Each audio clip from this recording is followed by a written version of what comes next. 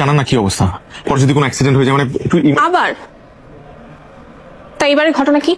এবারে ঘটনা আরো সিলি, আপনি শুনলে হাসবেন। বাবা শুধু মাকে বললো তুমি ডায়াবেটিক পেশেন্ট, খাওয়া কন্ট্রোল করো, আর মিষ্টি তো খাবেই না। এটা শুনে আম্মু চেঁচামেচি করলো। বাবাকে বলে আমি তোমার অন্ন ধ্বংস করি, আমি বেশি খাই। দরজা লাগিয়ে দিয়ে রুমের মধ্যে 2 ঘন্টা সে নাই। পরে বাবা চাবি দিয়ে দরজা খুললো, গিয়ে দেখে যে অচেতন অবস্থায়, 2 পাতা ঘুমের ওষুধ নাই। প্লিজ একটু দেখেন না প্লিজ। আচ্ছা ডোন্ট ওয়ারি, দেখছি। Thank you. Hello young man, এখানে দাঁড়িয়ে আছিস কেন? হ্যাঁ কি এখানে দাঁড়িয়ে আছেন কেন? মশা কামড়াবে না? ডেঙ্গু হবে। নাকটার মধ্যে এত ব্যথা দিয়েছে জানিস? পাইপ ঢুকিয়েছে নাকি পদ্মা সেতুর পিলার ঢুকিয়ে দিয়েছে আমার নাকের ভিতর দিয়ে, আমার নাকটাকে ড্রেনেজ বানিয়ে ফেলেছে। ও এত ব্যথা।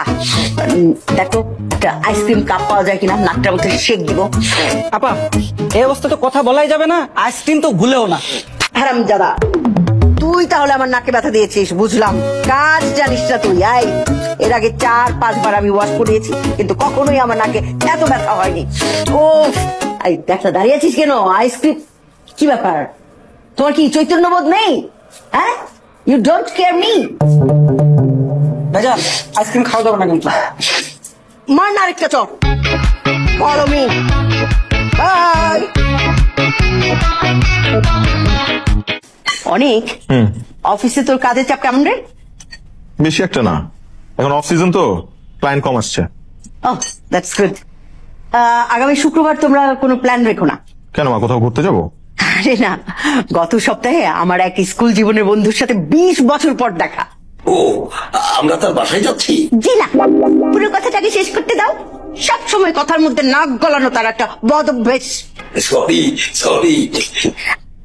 শোন না, গতকাল আমার ওই বন্ধুর বাসায় গিয়েছি, ওর একটা মেয়ে আছে, দেখলাম পরীর মতো সুন্দর।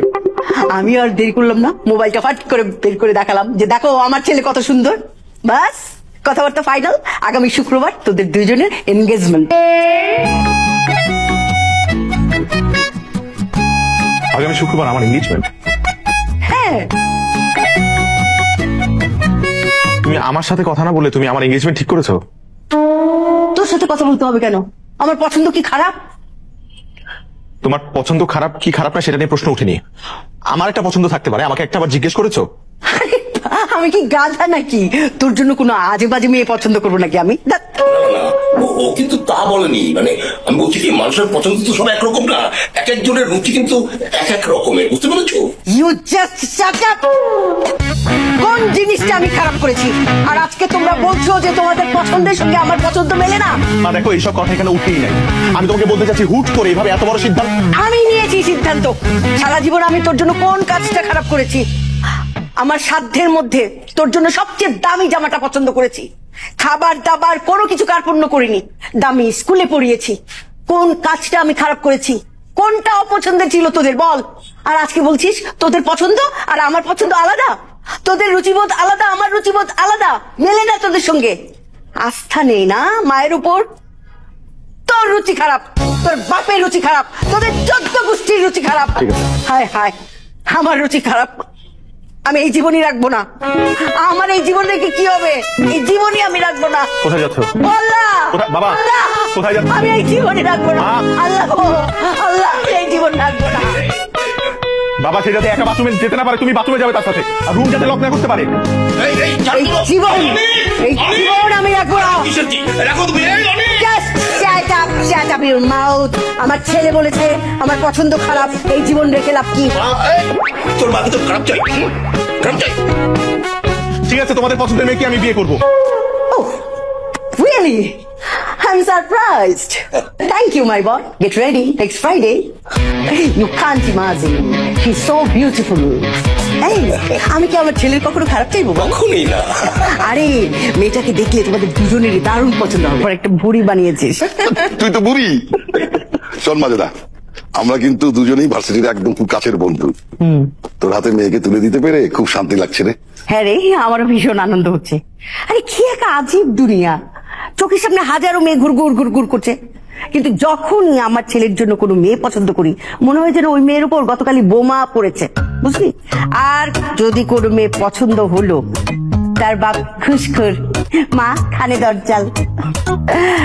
দেখ, আল্লাহ মনে হয় তোর মেয়েটাকে আমার ছেলের জন্য এই পৃথিবীতে পাঠিয়েছে। আলহামদুলিল্লাহ। আলহামদুলিল্লাহ। চল, আর কথা বাড়িয়ে লাভ নেই। আমি কিন্তু মেয়েটাকে ঘুম থেকে উঠিয়ে এনে এখানে বসিয়েছি। কোনো মেকআপ টেকআপ নাই, পার্লার টার্লার ধার ধারি না, আমার খুবই খারাপ লাগে। এই অনেক জি, দেখো, কি দেখবো? আরে আমার মেয়েকে দেখো, দেখে বলো পছন্দ হয়েছে কিনা। যেটা বলছে দেখ পছন্দ হয়েছে কিনা দেখ। আরে বাবা বলো, আর যদি পছন্দ না হয়ে থাকে সেটাও বলো। আঙ্কেল কিচ্ছু মনে করবো না। চারটে ডাল ভাত খাবা, চলে যাবা, সব ভুলে যাবা। আরে পছন্দ হবে না মানে? ওর পছন্দ হবে, ওর বাপের পছন্দ হবে, ওর 14 গোষ্ঠীর পছন্দ হবে। আমার পছন্দই ওদের পছন্দ। কি ঠিক? তাহলে দেরি করে লাভ কি? বিয়ের দিন তারিখ সব ঠিক করে ফেলি। হ্যাঁ, মানে ওর মা যা বলবে সেটাই হবে, ওর মাই সব। কিন্তু এর আগে ইকরা আর অনেকের একটু একান্তে আলাপ করা উচিত না?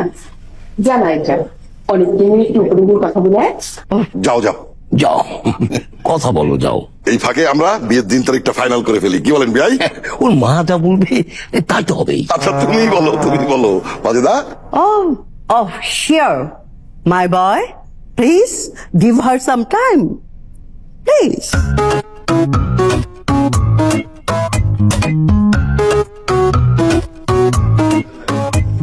শোন মাজেদা, আরে লাল তো একটা খাবি না, তোকে 10টা খাওয়াবো। শোন, খুব ধুমধাম করে অনেক আয়োজন করে বিয়ের অনুষ্ঠান কিন্তু হবে একদম।